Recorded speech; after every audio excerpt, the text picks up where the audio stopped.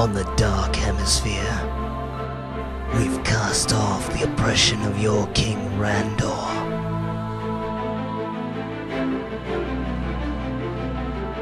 We are truly the last free Eternians. Very soon, I will be known throughout Eternia when I kill the king. My name is Tri-Klops.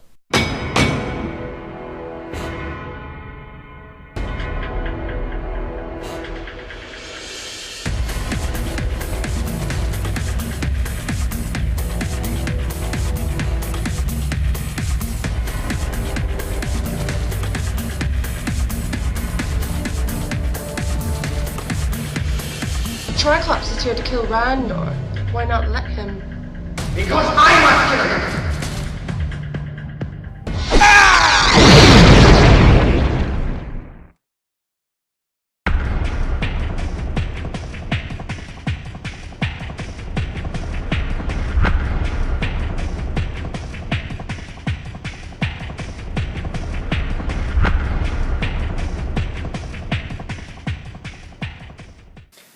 Hi, I'm Johnny Bilson. In addition to playing Trapjaw and Tri-Klops in the movie, I'm also making several of the costumes. So next up is Teela.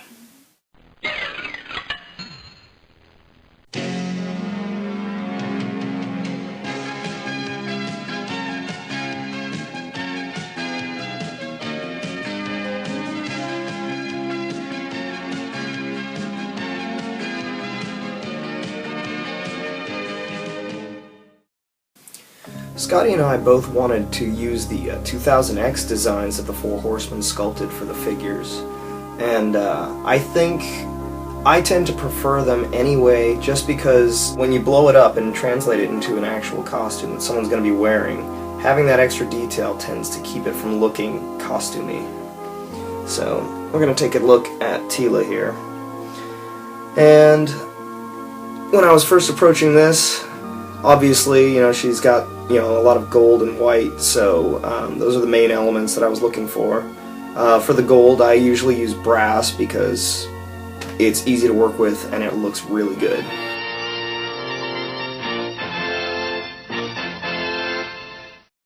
Scotty actually suggested that we use leather for the bodice, which I think is also a good choice because it tends to make it feel a little bit more like armor.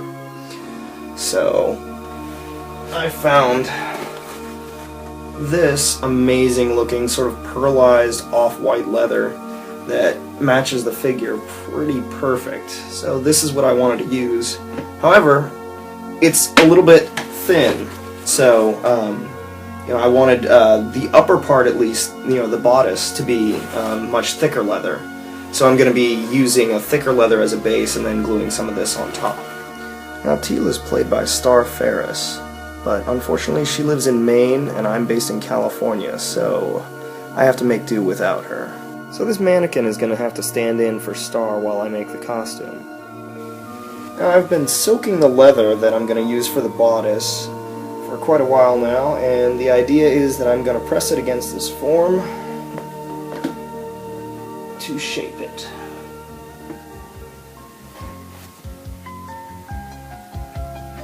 This is the same method that I used when I made Evil Lynn's armor. However, since that was made of many smaller pieces riveted together, this is the first time I've tried to get such extreme curves. Okay, you can stop giggling now. As you can see, you can shape and stretch the leather pretty significantly, and the best part is it retains its form. So it's a lot more like body armor now. The next step was wetting down the white leather and repeating the process. I wasn't sure if the thinner leather would stretch as much as the thicker stuff, but it worked perfectly. After seeing how well my little experiment of wetting the leather and stretching it around a form worked, I have no idea why more people don't do this when they're trying to make, form-fitting leather bodices and other such things, because the results are amazing, and it's not that difficult. Honestly, the biggest trouble that I had with it was the fact that I had a mannequin that was sort of twisted, and that could have been remedied if I would have just spent an extra $150 and got myself a new one, but I was using a borrowed one. So anyway, so straightening it out was a little bit of a difficult task, but I managed to get it looking pretty good. I've cut off all of the excess leather, and now we're left with just the bodice and skirt piece.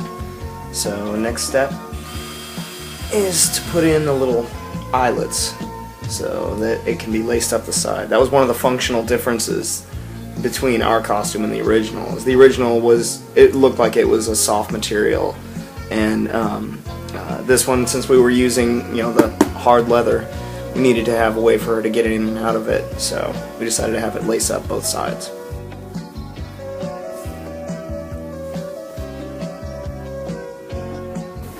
Now to put the bodice together, I'm going to have to do some of the brass work right away. So I have marked off most of the brass that I'm going to be cutting. As you can see, I've already cut a little bit because I had to update Tri-Klops' belt for the movie. I always try to mark off as many of the pieces that I'm going to cut beforehand so that I'm not wasting very much brass.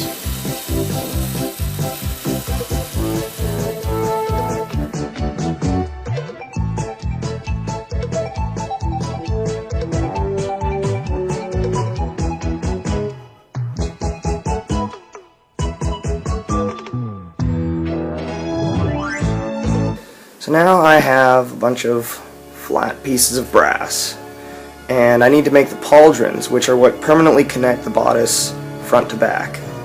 So I need to put a curve in it.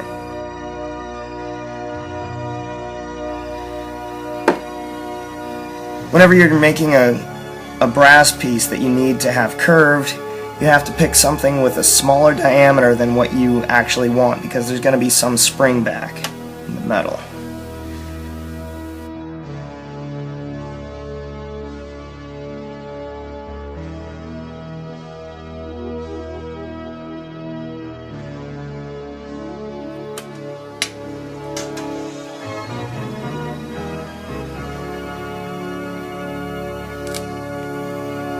Get a lot of use out of spray cans and wine bottles for this sort of thing, depending on what diameter you want to end up with. But as you can see, it springs back to just about the right size for a shoulder.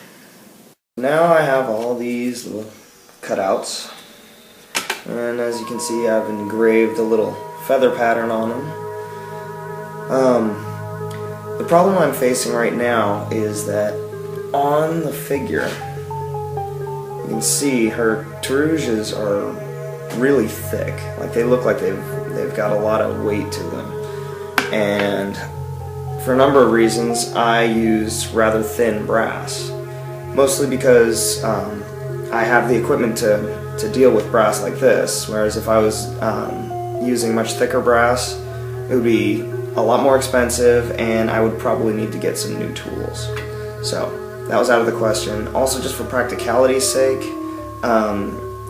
we don't want our actress wearing something that's going to weigh 50 pounds.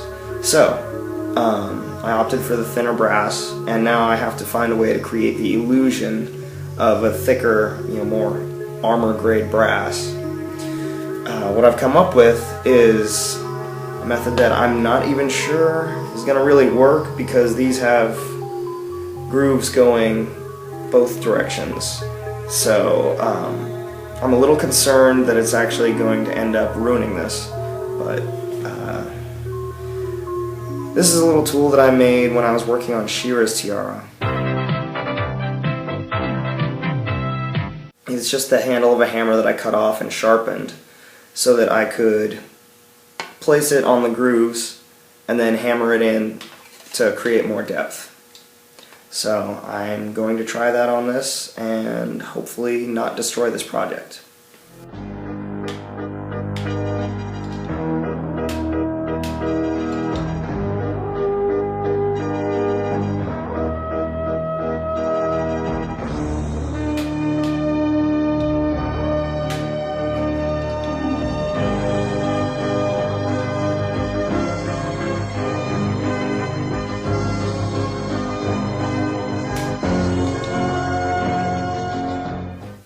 ended up with this sort of obnoxious little curve, but the brass is springy, so I'm not too worried about that. I'm a little more concerned about the center groove completely losing this curve, because I actually do want a little bit of curve to match the one that she has here. But before I get to that, I need to add some shape to this. So I'm going to use a rounded dowel here, and I'm going to bend this around it a little. This is a lot easier than what I had to do for She-Ra's headdress, because on that the grooves are all curved. So I had to bend part of it, reposition the dowel, bend the next part, reposition it again, and so on. Each time being careful not to bend it too much and end up with an unwanted crease. You can see there it already looks a lot better than this side. So that's kind of what I was going for. Teela's armor has a lot of pieces like this. They're on her knee pads, her tiara, her sword holder, even her earrings.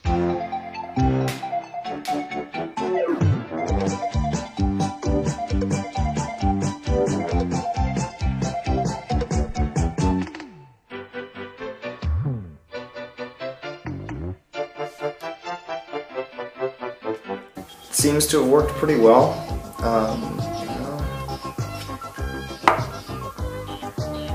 I can restore the curve that I was originally going for just by doing that. And see, got a little bit of a curve left. Just what Teela needs. Okay, I just got a shipment in of some of the brass pieces that I ordered for Teela, and I wanted to share them here. We've got a bunch of little brass caps I'm going to be using for her little coin belt. Neat little brass leaves that'll be on her shoulders there. And this flower thing that goes right between her boobs. This. I'm going to have to do some pretty heavy modification on this one, but it's going to be for her knee pads. A miracle happened. Found this magical gold leather. This was just what I needed for the collar. I knew I couldn't get that two-way curve from a flat sheet of brass, and finding something that shape that was big enough would have been expensive. I've painted leather gold before, and it looks okay, but you can't get it as shiny as this leather. I've put some trim around the collar of the bodice, and all it is it's just this gold plastic car door trim that I got in an auto parts store. I would have filmed the process, but it is excruciating because you have to open this little edge here and try and squeeze it around the leather, and it's just obnoxious. Anyway, I also can see right there on the inside of the collar, I etched in the pattern that Teela has on the inside of her collar on the figure. On the figure you can't actually see it because her head's in the way, but if you take one of these apart, which I did, you can see that there's like some little lines in there to make it decorative like the rest of her stuff. So, next step is to add these little leaf things. So, that's what I'm going to do right now.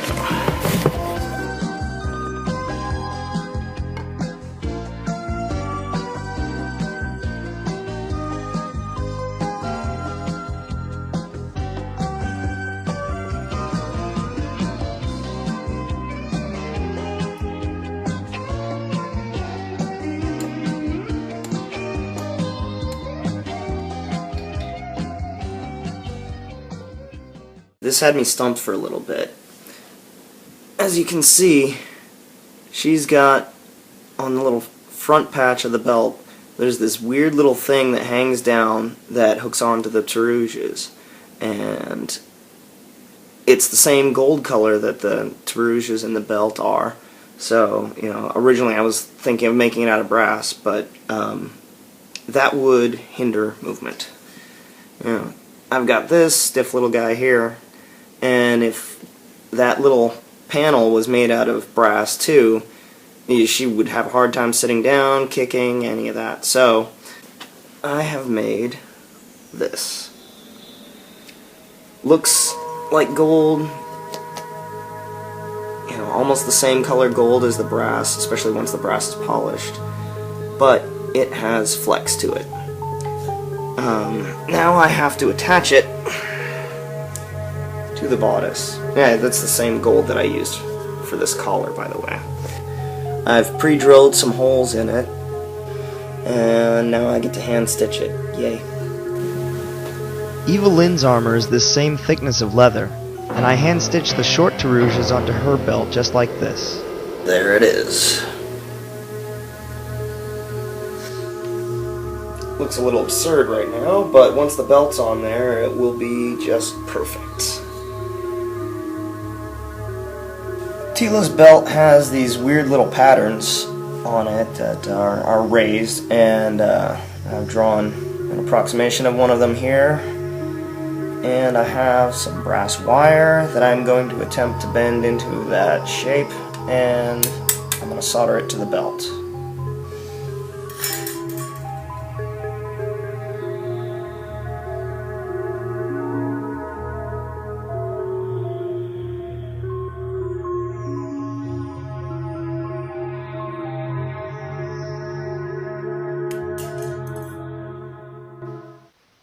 These are two lamp arms that I soldered together.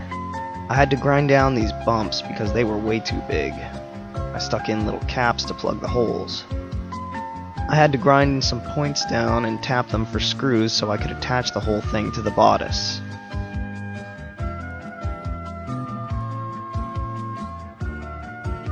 I also put a little super glue in the holes so the screws won't come loose.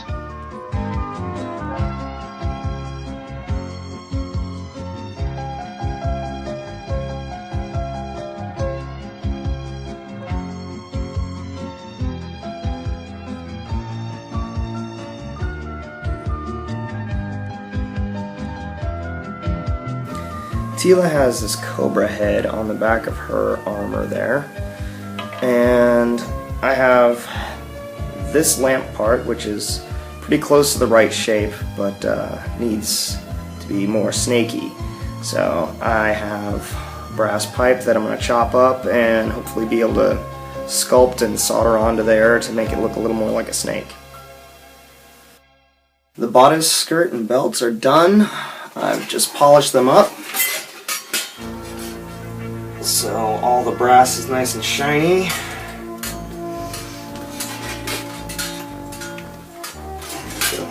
Goofy little tassels on the back, and this is ready for the screen.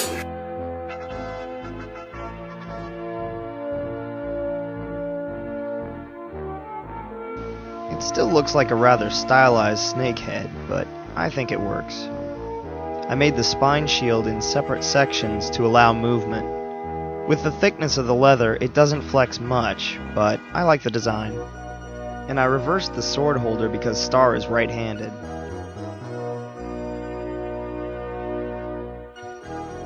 The belt is riveted to the bodice, and D-rings attach the butt plate to it.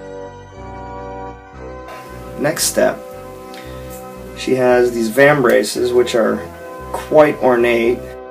I had to put the snaps on these before I rolled them because the final diameter will be too small to fit the snap setting tool inside. Also, since wrists aren't really round, I had to use different sized things to wrap the brass around to get different curves. That's more like it. Teela's vambraces are now bent into shape, so you can see. I've marked on these all the areas where there's going to be the little decorative pieces attached, and I'm now going to bend these rods to match those.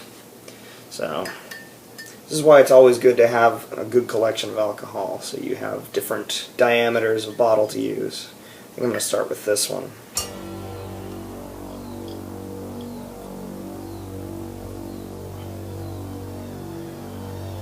I have these little S-curves done now, and I've been sanding and grinding them so that they will lay flat, and also to give them that beveled edge that the Teela figure has.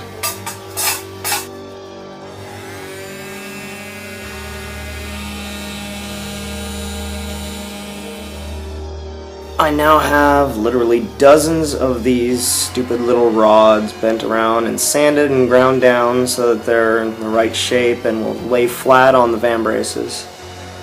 And I now hate these. So it's time to attach them.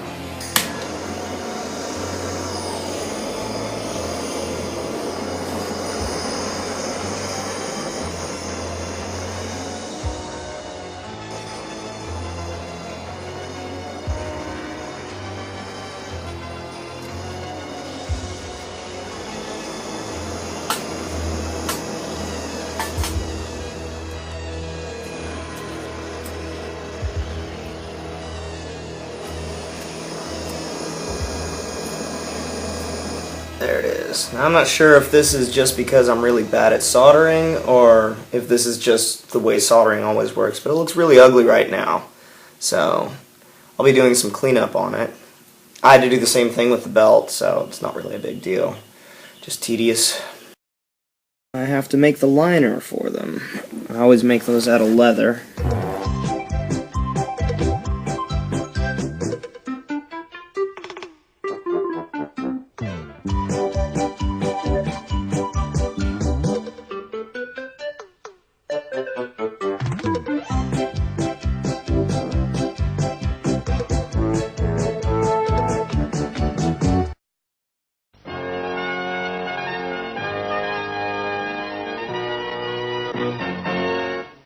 Here I have Teela's tiara with most of the metalwork is pretty much done.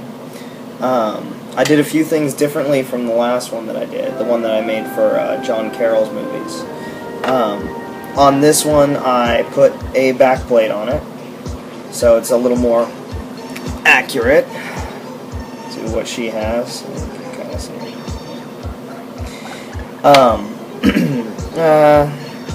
yeah, I made a little snake head for that. It's not great, but it gets the job done. This part's the same. I did 3 pieces of metal comb, all soldered in so that it'll stay on Teela's head. And now I have to put the edging on this. So, car door trim.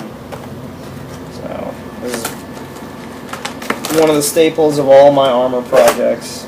Like, if I ever need edging, I always use car door trim because you can get it in silver or gold, and it looks like metal, but it's you know, it's plastic, so it's a little more comfortable for the wearer, and you know, you don't have to worry about it getting scratched up or anything. So.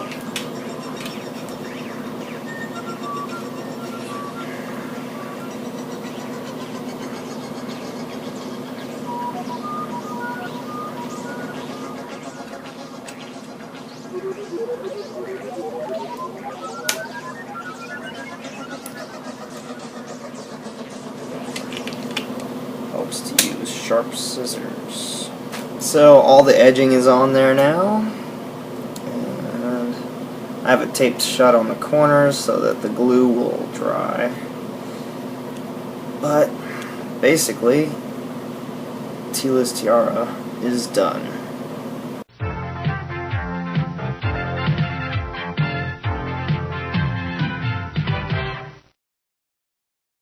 For the frames of Teela's knee pads, she has these little gold rings, and you can see I've put some little notches in it with the Dremel, and now I get to try and chop it in half.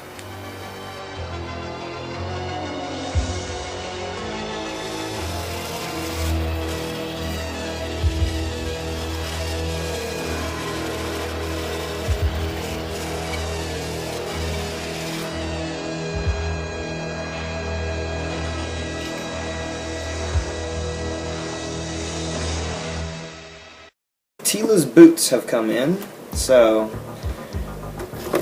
they're a little more of a reddish brown than what this figure has, but the reddish brown is closer to what the original figure had, so that's an acceptable difference.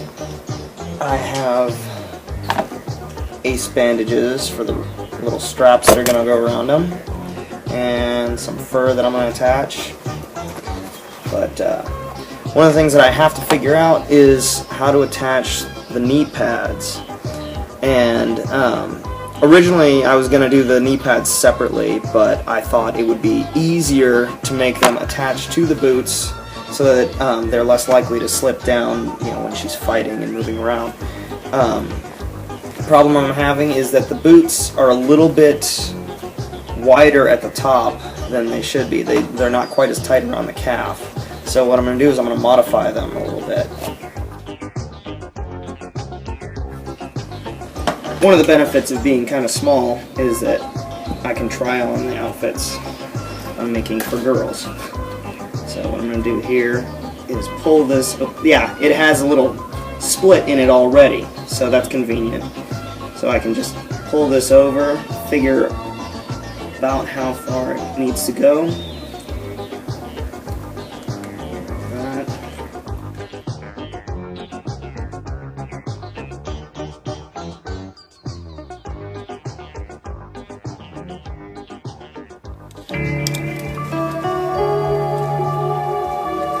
Now I can remove this little strap thing because I'm going to actually stitch it together. It doesn't need to have a buckle.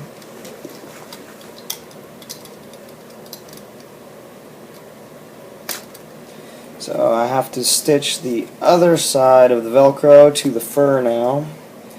And you can't do that with a machine, so I get to do some more hand stitching. Now those boots look Eternian. The Horseman's paint master had dark straps, but when we were doing some test shots with the light tan ones, Scotty and I both liked how they looked and thought it would work well with her color scheme.